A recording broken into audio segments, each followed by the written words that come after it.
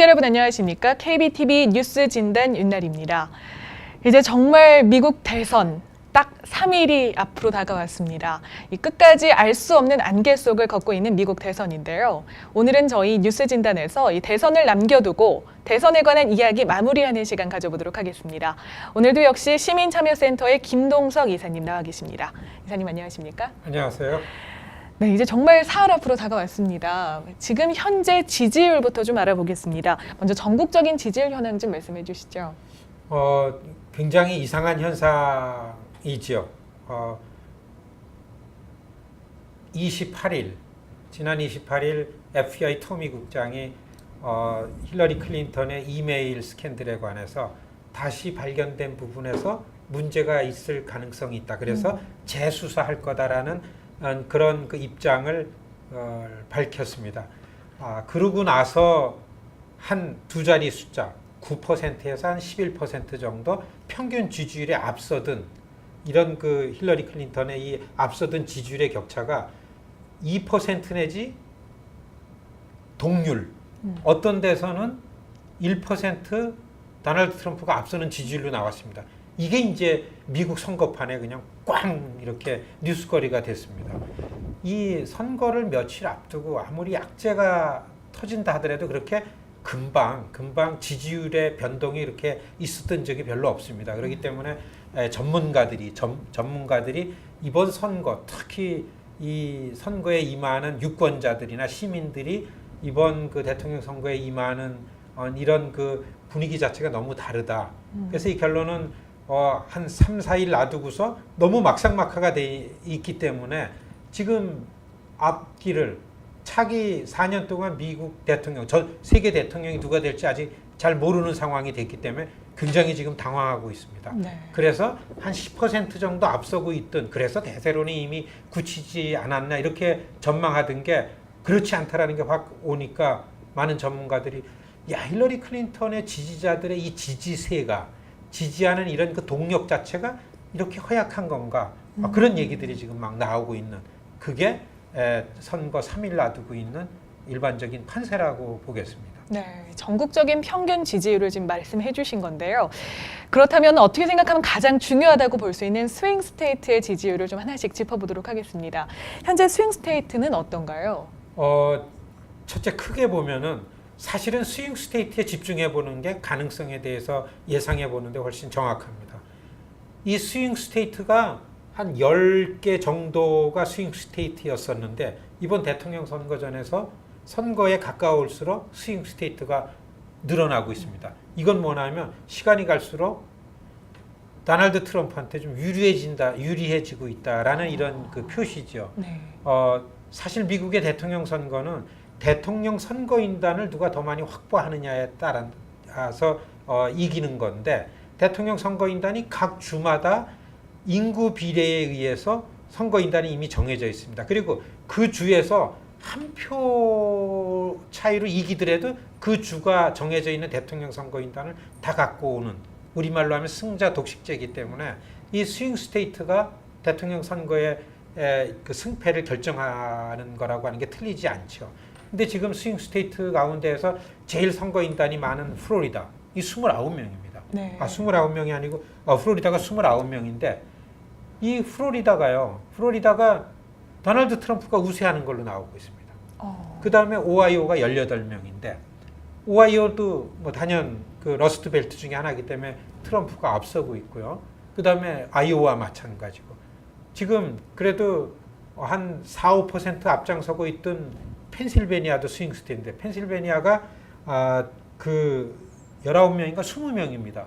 대통령 선거인단. 네. 그런데 이것도 펜실베니아도 러스트 벨트입니다. 이를테면은 경공업 지역인데 미국의 그 경기가 나빠지면서 경제가 되게 어려워진 도시, 이 경공업이 쇠락해졌다 그러는 네. 러스트 벨트 중에 중심이라고 하시는데 펜실베니아도 이게 그 트럼프 쪽으로 다 좀 기울고 있고요. 그 외에 조지아라든지요, 그다음에 버지니아도 그렇고 이런 스윙 스테이트가 박빙을 이루면서 트럼프가 좀 앞서가는 한 3, 4일 가면서 이렇게 되는 거 볼 때는, 그렇기 때문에 스윙 스테이트를 놓고 볼 때도 힐러리 클린턴이 안심할 수 없는 상황이 이렇게 판단이 되는 거죠. 그렇기 때문에 그냥 넉넉고 일반인으로서 선거의 상황을 보는 사람들은 굉장히 흥미진진한 거죠. 그렇지만은 이 힐러리 클린턴 이미 됐다, 대세론이 아니냐, 이렇게 생각하고 있던 입장에서는 굉장히 잠을 못 자는, 이게 이제 한 3일 선거를 놔두고 있는 미국 대통령 선거판의 판세라고 할 수 있습니다. 네, 전국적인 평균 지지율을 보나 스윙 스테이트의 지지율을 보나 알 수 없는 판세다, 이렇게 말씀을 해주고 계시는데요. 현재 이 상황을 만든 일이 바로 이번 주 내내 미국을 뜨겁게 했던 FBI 재수사 사건이 아닌가 싶습니다. 이 제임스 코미 국장이 재수사를 하겠다, 이렇게 결정을 내렸는데요. 사실 해치법을 위반했다라는 혐의를 받을 정도로 사실 결정하기가 쉬운 부분이 아니었을 텐데요. 그럼에도 불구하고 이런 재수사 결정을 내린 건 코미 국장의 어떤 판단이었을까요? 도널드 트럼프에 대해서 반대 입장에서 캠페인을 해오고 그쪽 편을 들던 미디어들은 코미 국장이 과거에 공화당원이었었다. 그렇기 때문에 이 막판에 힐러리한테 좀 데미지를 주려고 한 거 아니냐, 이런 기사가 많이 쏟아졌습니다. 그런데 다른 좀 중간 입장에서 보는 그 전문가들 견해는 이게 지금 힐러리 클린턴이 국무장관 할 때 사적으로다가 쓴 메일에 대해서는 이미 이 FBI가 터치해보고 수사를 해보고서 법을 어긴 건 사실이지만은 기소할 정도는 아니다. 그래서 불기소 결정을 내렸습니다.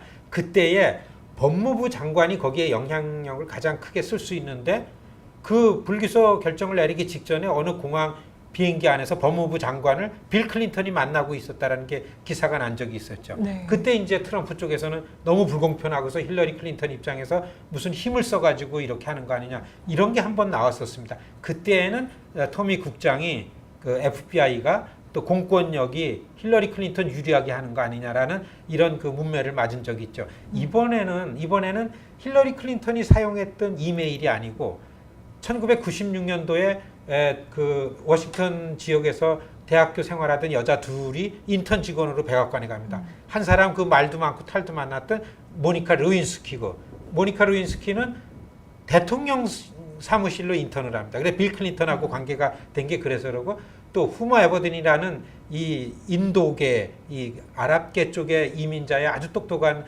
여학생 하나, 후머 에버든은 영부인 사무실로 갑니다. 그래서 그 힐러리 클린턴 쪽에 가가지고 인턴으로 해서 힐러리 클린턴 쪽에서 능력을 인정받아서 지금까지 오를판 역할을 하고 있는 게 그 후머 에버든인데, 이 후머 에버든이 빌 클린턴이 중매를 섰습니다. 네. 줄에도 쓰고. 그게 이제 안토니 위너라고서 뉴욕시 지역구 갖고 있던 5선의 국회의원 하던 안토니 위너인데, 네. 이 안토니 위너가 후보 에버딘하고서 그 부부인데도 불구하고서 그 미성년자하고 섹스팅 이메일 주고받은 게 들통이 나면서 이게 불법이고 그래 수사를 받는데, 그거에 마지막 FBI가 수사를 하면서 보니까 부부지간이지만은 힐러리 클린턴 국무장관의 비서 역할을 하던 후머 에버딘의 이메일에 섞여 있었다. 그래서 그걸 보니까 이것도 불법의 혐의가 있다. 그래서 이걸 재수사하겠다라는 그 FBI 입장을 후보 국장이 공개적으로 밝힌 게 아니고 연방 하원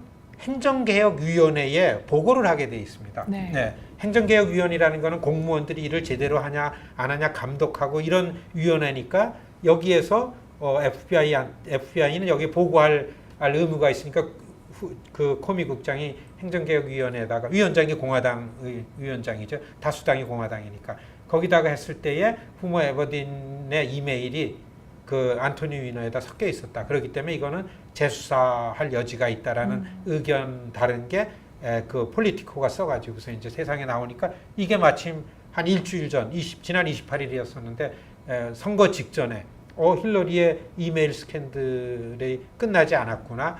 이게 재수사한다는 방침이 나오고서 지지율이 확 좁혀졌죠. 네. 이렇게 볼 때에는 FBI 국장이 이렇게 입장을 밝힌 거는 공무원으로서 한 거는 정당하고, 만일에 범죄 혐의가 있는데도 불구하고 그렇게 하지 않았다가는 공무원으로서는 본분을 다하는 거가 아니니까 그래서 했다. 이게 이제 FBI 쪽의 입장이고, 그래서 이게 지금 선거판에 나와가지고, 그리고 이거에 나온다 하더라도 10월에 한 방, 이게 이제 네. 옥토버 서프라이즈인데요.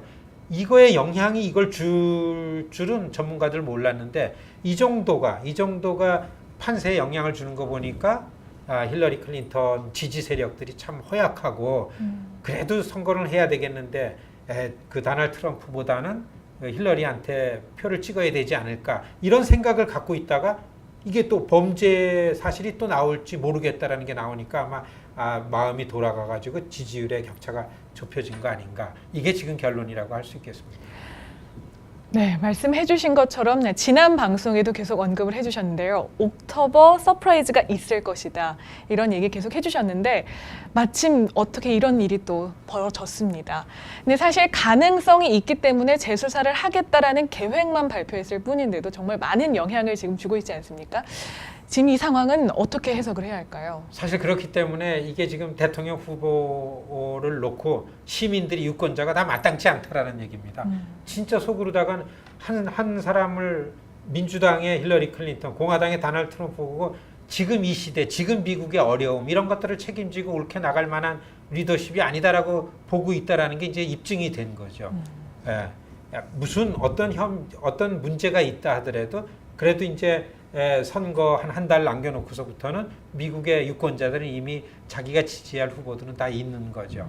그렇기 때문에 무엇보다도 중요한 거는 지금 이런 상황을 놓고 볼 때 우리가 볼 때 미국에서 지금 모든 다수 유권자들이 가장 안타까워하고 큰 문제로 삼는 거는 빈부의 격차입니다. 네. 가진 자와 안 가진 자, 부자와 가난한 사람 격차가 너무 세고 그 다음에 부자들은 점점 부자가 되고 가난한 사람들은 점점 많아지면서 더 가난해지고 이거를 해결하지 않으면 미국이 앞날을 기약할 수가 없는데 이거를 해결할 만한 리더십이 지금 없다라는 거죠. 그렇기 때문에 힐러리 클린턴도 너무 재벌들하고 너무 월스트리트하고 너무 대자본가들하고 결탁한 부분들이 너무 많은 게 자꾸 쏟아져 나오고 있고 도널드 트럼프는 뭐 그 이상으로 우리가 지도자로 내세우기에는 아닌 것 같고 이런 상황의 선거기 때문에 지금 미국 45대 대통령 선거가 이렇게 좀 어려움에 봉착한 거 아닌가 이렇게 설명이 맞다고 봅니다. 네. 그럼에도 불구하고 이제 한인 유권자들도 정말 결정을 내려야 하는 때가 왔습니다. 정말 3일 후면 딱 결정을 내려야 되는데요. 시민참여센터의 상임이사님으로서 이 한인 유권자분들한테 이런 기준을 가지고 결정을 내리시는 것이 좋겠습니다라고 제언에 한마디 해주신다면 뭐라고 말씀해 주시겠어요? 미국 시민입니다. 미국에 사는 한인들 미국 시민. 반드시 투표를 해야 되고 두 번째는 대통령 선거 난에도 포기하지 마시고 본인 입장에서 미국의 건강한 사회를 만들기 위해서 미국의 이런 어려움을 위해서 누가 대통령이 돼야 된다라고 꼭 판단하시고 투표를 하셔야 될 거고서요. 그다음에 더 중요한 거는 우리는 이민 소수계입니다. 그러니까 이민자들 특히 소수들 없고 약한 사람들끼리 서로 연대를 해서 이 큰 힘을 갖고 지배하는 데랑 이렇게 이걸 도전하고 이런 갈등을 이어온 게 미국의 역사인데 이런 가운데서 소수계로서의 우리의 임무가 반드시 있습니다. 이런 측면에서 지금 양 당의 정책을 비교해서 판단하시는 게 중요하고요. 그리고 이번 선거가 대통령 선거만 있는 게 아니라 굉장히 많은 선거를 합니다. 한인들이 살고 있는 지역에서 그 지역 정치인들 이번 선거가 상원도 34명을 뽑습니다. 그 다음에 한 14명의 주지사를 뽑고 하원은 전체가 다 선거고요. 굉장히 큰 차원의 이 선거기 때문에 이때에 모처럼 주류사에서 민주공화당 중간 지역에서 어디를 결정해야 될지 모르면서 투표하는 층 중에서 가장 결집이 잘 된 투표 집단이 코리언들이다 이렇게